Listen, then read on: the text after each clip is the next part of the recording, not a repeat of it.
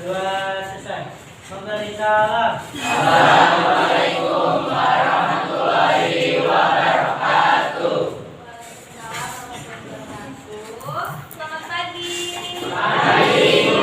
Apa kabar semuanya? Baik. Jadi, ada yang hadir nggak ini? Alhamdulillah. Jangan kalau sebelum itu kayaknya pas kelas saya pasti ada jangka masih ya betul Bu, betul ya. Ini ada ini aman. Aman Bu. Oke. Oke. Hari ini kita akan melanjutkan materi yang kemarin. Minggu lalu kita bahas apa? Aktif. Ada yang masih ingat? Gejala. Ya. Ada yang masih ingat kan gejala itu apa?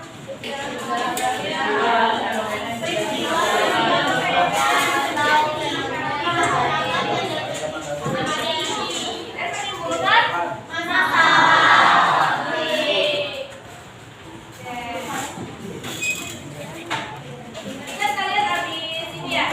Habis kita ice cream dulu kali ya? Mulai. Oke, bangun dulu deh, bangun. Oke, aku mau dong nih buat contoh. Ada yang mau nggak? Gue samain deh. Oke, jadi kalian dengan pasangan kalian masak boleh tangan. Coba itu, oke? Jadi caranya adalah kalian berhadapan, terus tangan gini. Klik. Oke, jadi intinya adalah up and down. Kalau up berarti dia naik. Kalau down turun. Up, down. Nah, kayak gitu. Oke? Down bisa? Naik lagi. Down lagi. Ayo, lagi.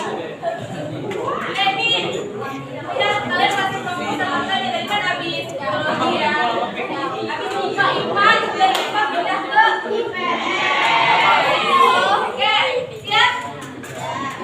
1, 2, 3, up, down,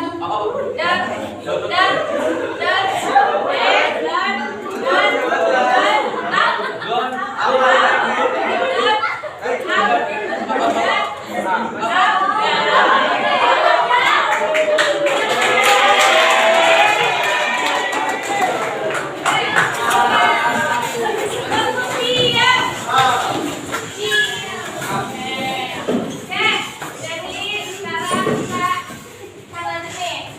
Kemarin kita sudah membahas gejala sosial dan juga nilai dan nama. Ada yang ingat nggak nilai dan nama itu apa? Nilai atau nilai?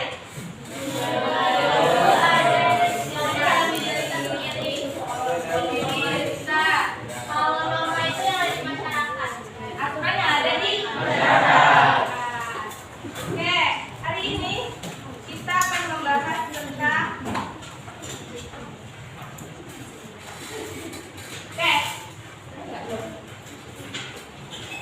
selain itu juga kita membahas apa lagi? Perilaku menyimpang. Kamu ingat perilaku menyimpang itu apa?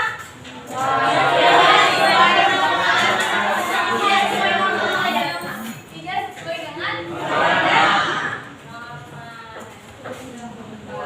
Oke, kalau misalnya nih di masyarakat selalu ada perilaku menyimpang kan? Menurut kalian bagaimana masyarakat ini bisa mempertahankan keteraturan? Itu menerapkan diri dia sendiri, terus teguran, sanksi, terus edukasi, apalagi evaluasi diri. Oke, nah yang sudah kalian sebutkan tadi itu sudah tepat banget, sudah benar banget. Nah itu tuh termasuk ke dalam cara pengendalian sosial. Saya sampaikan kalau minggu ini kita akan membahas pengendalian sosial. Jadi pengendalian sosial itu adalah cara atau untuk mencegah, mempertahankan agar kita ini tidak berperilaku menyimpang dan tidak melanggar aturan. Nah itu cara pengendalian sosial. Oke, jadi ada yang mau baca nggak? Pengendalian sosial itu apa? Boleh gue. Pengendalian sosial adalah mekanisme untuk mencegah penyimpangan dan mengarahkan anggota masyarakat untuk bertindak menurut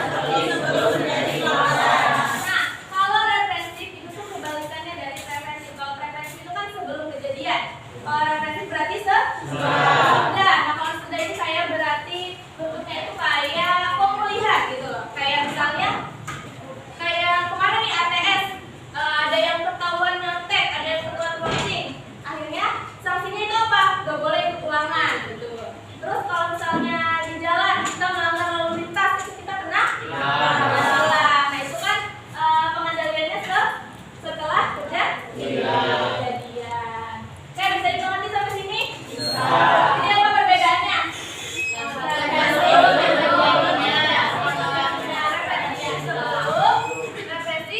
Sudah. Nah, selanjutnya ada cara pengendalian sosial. Yang pertama apa? Oke, Iqbal boleh baca dari yang lisan, simbolik, dan kekerasan. Lisan dan simbolik atau situasi usaha untuk mengajak anggota masyarakat agar bertindak sesuai aturan yang berlaku. Yang kedua, melalui kekerasan atau represif. Cara ini menekankan pada tindakan atau ancaman yang menggunakan kekuatan fisik.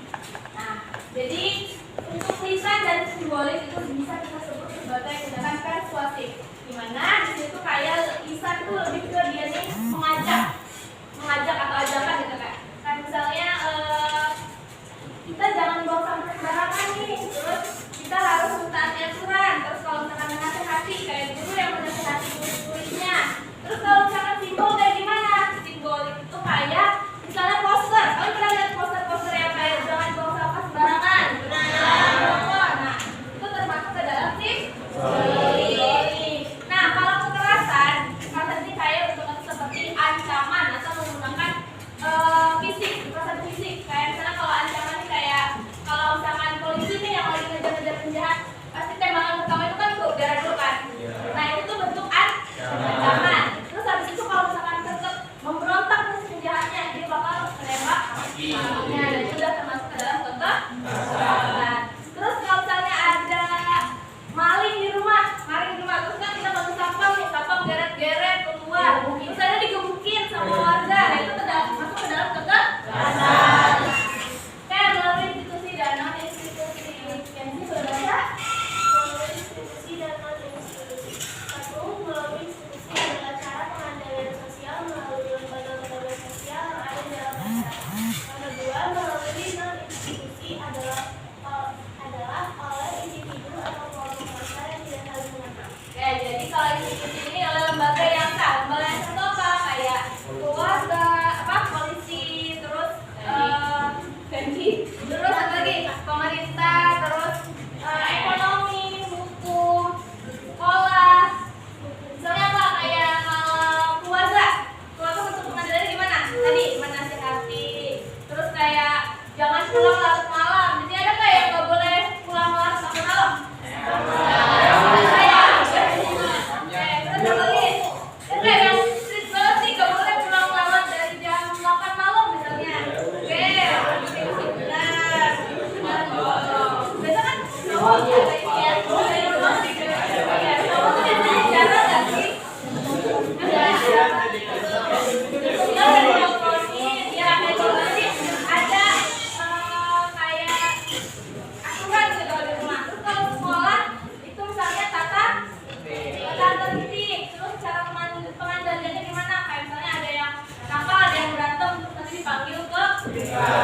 Nanti ditindaklanjuti oleh terus kalau non institusi, misalnya kayak gimana? Misalnya nih, Anin lagi di lingkungan rumahnya dia buang sampah sembarangan. Terus si tetangganya negur, Anin buang sampahnya yang benar dong ke tempatnya. Nah itu kan dia dari tetangga, nah itu dia dari non institusi. Terus misalnya apa lagi? Kita melihat ada yang maling motor. Terus apa yang dilakukan oleh warga? Yaitu dia non institusi. Jadi kelompok massa yang tidak saling mengenal. Oke, bisa dipahami sampai sini? Selanjutnya apa? Dalam pengendalian sosial melalui Oke, ada yang baca? Boleh, Farisa. Satu, melalui imbalan cenderung bersifat preventif. Seseorang diberi imbalan agar dia berperilaku sesuai dengan nilai dan norma sosial yang berlaku. Yang kedua, melalui hukuman cenderung bersifat represif. Cara ini bertujuan untuk memulihkan keadaan seperti sebelum terjadi pelanggaran. Jadi kalau yang imbalan itu kayak bentuk reward. Kayak kemarin tuh kayak UTS nih, kalian sudah belajar UTS dengan baik, kayak ibu ngasih reward ke kalian. Terus kemarin abis penilaian individu, terus ibu kasih juga reward ke anak-anak yang sudah dapat nilai-nilainya bagus-bagus nih.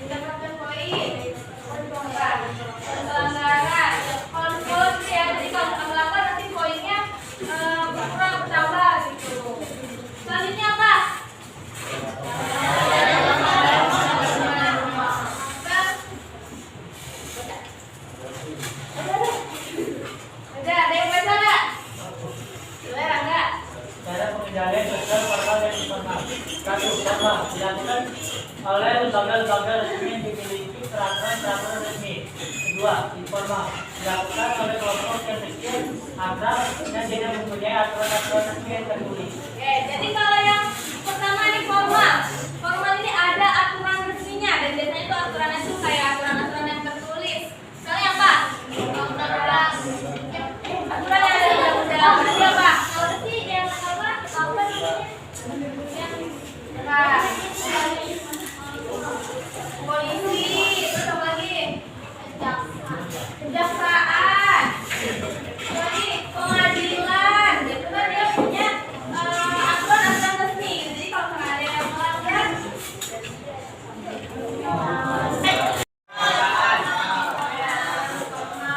kalau formal itu dia ada aturan-aturannya gitu. Jadi aturan-aturan tertulis gitu. Kayak apa tadi? Kayak kejaksaan, polisi, pengadilan. Nah, kalau yang informal, kelompok kecil dan nggak ada aturan yang resmi itu. Oh, kayak ini. Udah bisa. Terus apa lagi? Pasif. Terus apa lagi?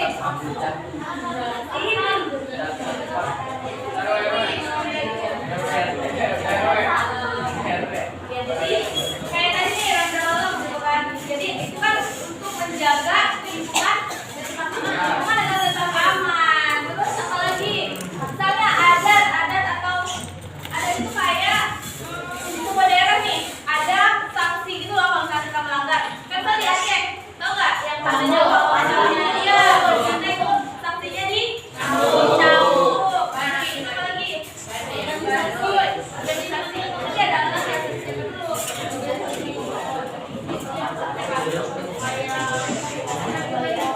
Belajar, yang kelompok belajar termasuk informal. Tapi kalau misalkan organisasi kayak OSIS, terus ekskul, itu kan pasti kalian punya aturan kan? Jadi kalian sendiri lah kalau misalkan ada aturannya, ada resmi, terus kayak tertulis gitu. Jadi kita harus menjalani. Terus tokoh masyarakat, misalnya dari tokoh masyarakat itu juga termasuknya ke dalam informal. RT nih RT sekarang kayak ada warga yang lagi berkonflik. Nah dia akhirnya masuk untuk menengahi gitu kayak kenapa nih menasehati gitu biar konfliknya mereda. Sampai sini bisa dipahami? Bisa dilanjut? Oke, ini dua terakhir nih. Apa? Sosialisasi. Apa itu?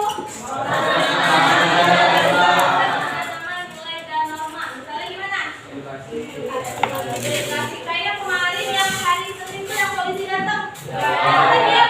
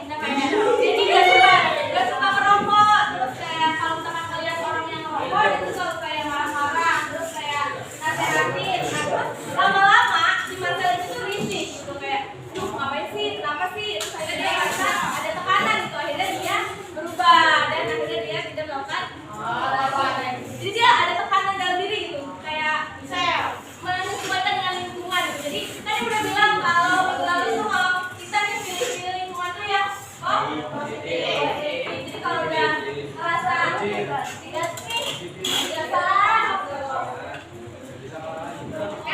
Sampai sini dalam anak sosial. Apa aja tadi? Sanksi. Lagi. Tadi yang melakukan sosialisasi terus tekanan. Apa lagi?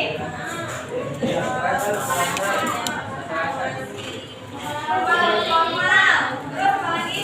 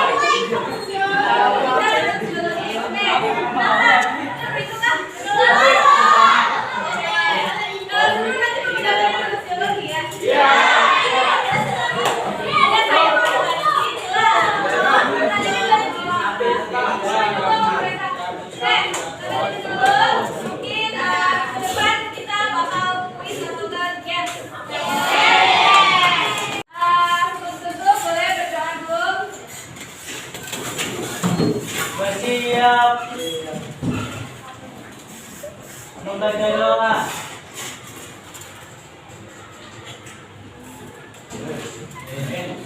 Berdoa memberi salam.